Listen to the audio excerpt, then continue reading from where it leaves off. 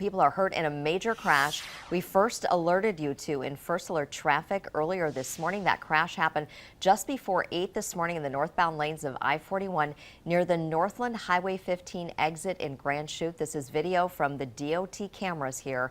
And Grand Chute police just releasing new information. They say one vehicle rolled over and an adult and a small child were ejected. Responders quickly starting to help those two. And then several passengers who were still in that vehicle. They say the adult was taken by Flight for Life to the hospital, and 5 children were taken by ambulance for treatment.